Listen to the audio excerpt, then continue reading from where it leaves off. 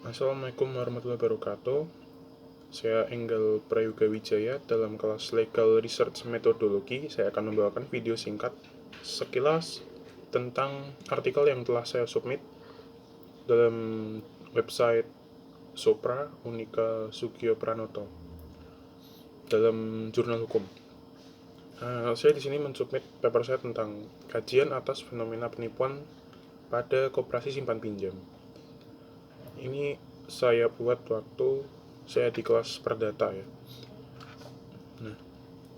Jenis penelitian saya menggunakan normatif empiris. Normatif itu saya mengkaji dari undang-undang perkoperasian ya, itu undang-undang dengan undang-undang dasar 1945, dan empirisnya saya menggunakan contoh kasus dalam kasus penipuan pada KPS. Sekilas saya akan bacakan abstraknya.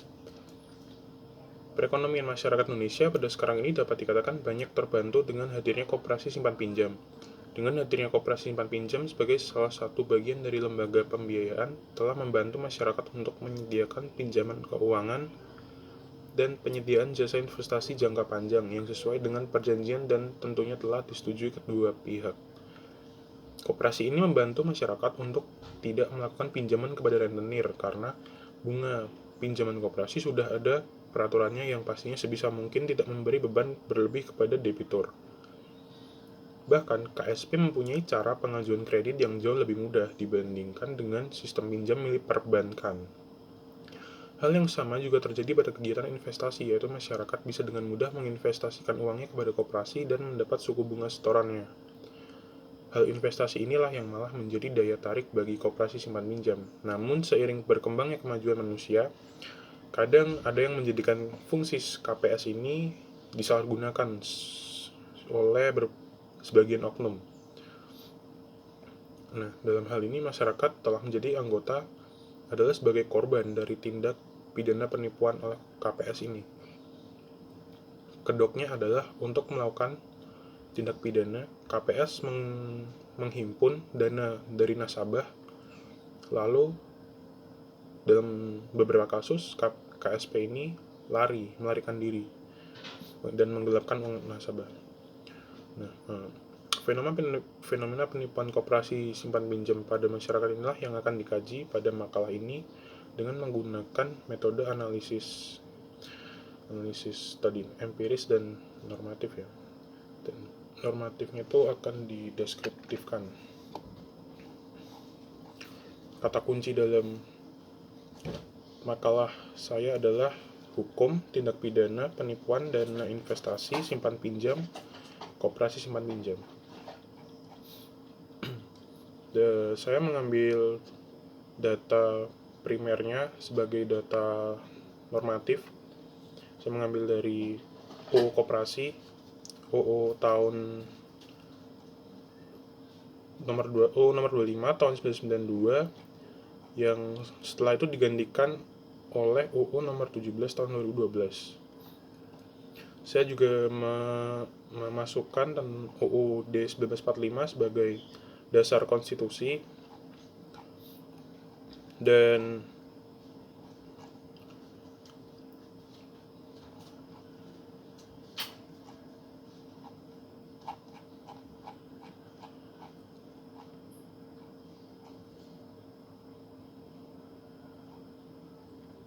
beberapa pasal dalam UU nomor 17 2012 ya. Selanjutnya ada pasal 30. Selalu saya menggunakan permen juga, permen nomor 15 tahun 2015. Nah, data empirisnya itu saya memasukkan contoh kasus koperasi Pandawa dan koperasi Indosuria. Jadi di koperasi Pandawa ini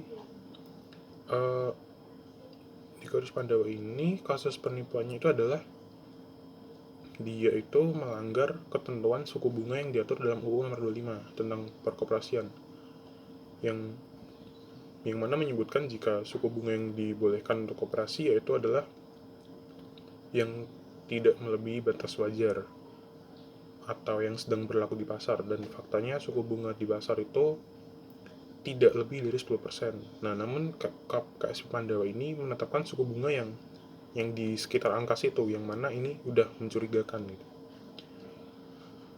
Nah, walaupun jika dicermati sejak awal KSP ini sudah menetapkan suku bunga yang tidak wajar gitu, tetapi masyarakat tetap saja terjerumus ya, tetap menggunakan jasa Koperasi Pandawa ini.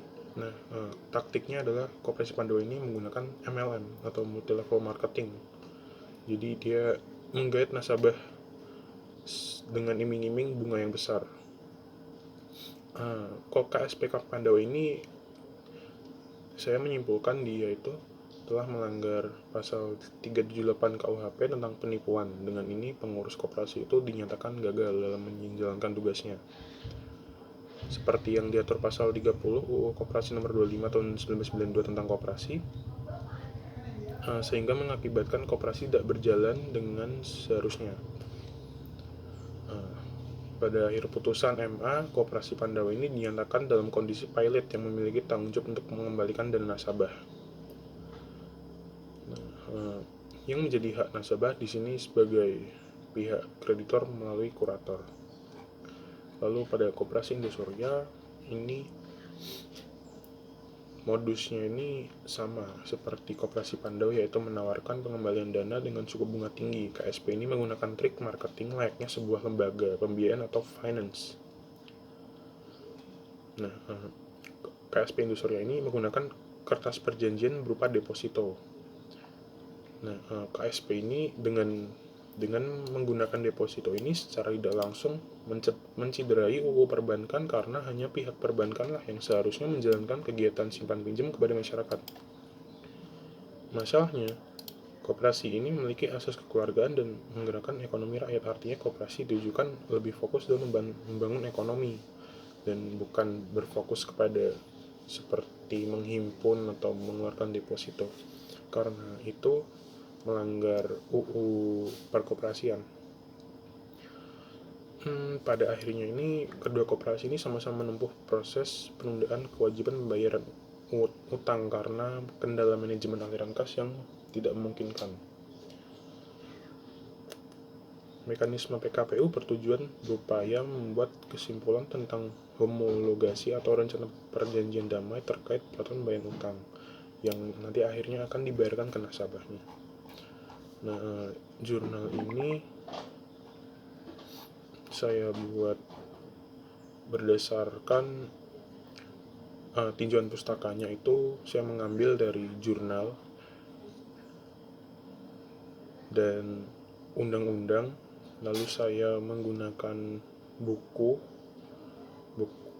hukum perdata dan informasi berita pada website. Oke, itu saja sekilas video singkat tentang makalah yang saya submit pada website Supra Unika Jurnal Hukum. Terima kasih. Assalamualaikum warahmatullahi wabarakatuh.